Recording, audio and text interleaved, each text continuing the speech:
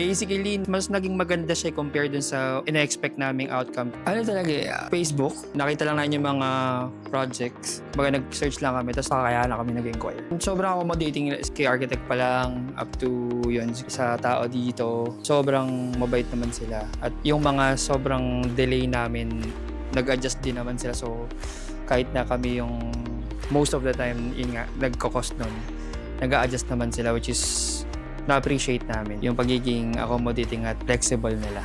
To be honest, yung outcome nito, kasi kung babasihan lang talaga, kasi we provided like this, the plan originally, kasi iba yung architect namin for this project. Tapos yung architect ng Higdes yung nag-adjust doon. Basically, mas naging maganda siya compared dun sa ina-expect naming outcome kasi nag-adjust din sila yung recommendations ng architect tsaka ng engineer. Hindi ganito kaganda yung ina-expect namin. So, naging mas maganda siya compared sa expectation. I think personal opinion ko lang, siguro pwedeng may opportunity mas mabilis pa in the future, completion. Kasi yun nga, pag titignan mo siguro sa ibang competition, di ba normally ang labanan laging less time, ganyan. Ang siguro yung ano lang talaga is kahit matagal, quality naman. Pero siguro kung I believe based on my observation with the people who work here, kaya nilang mapabilis with the same quality. Dahil dun sa pagiging flexible ng engineer tsaka ng workers dito. Imbis na yung sundan lang talaga nila kung anong nandun. Dahil sa konting adjustments namin, nagawa nila sa kaya masaya naman kami sa out.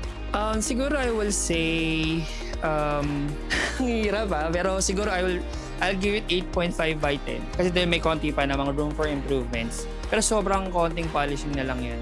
And yung kaya nang may meet Higdes yung parang wala na talagang challenges. I can say kung Higdes from down up, siguro baka 10 by 10 na talaga yun.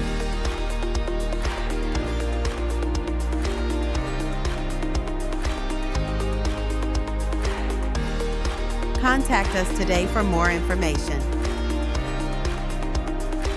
Follow us on Facebook, Instagram, TikTok, and YouTube.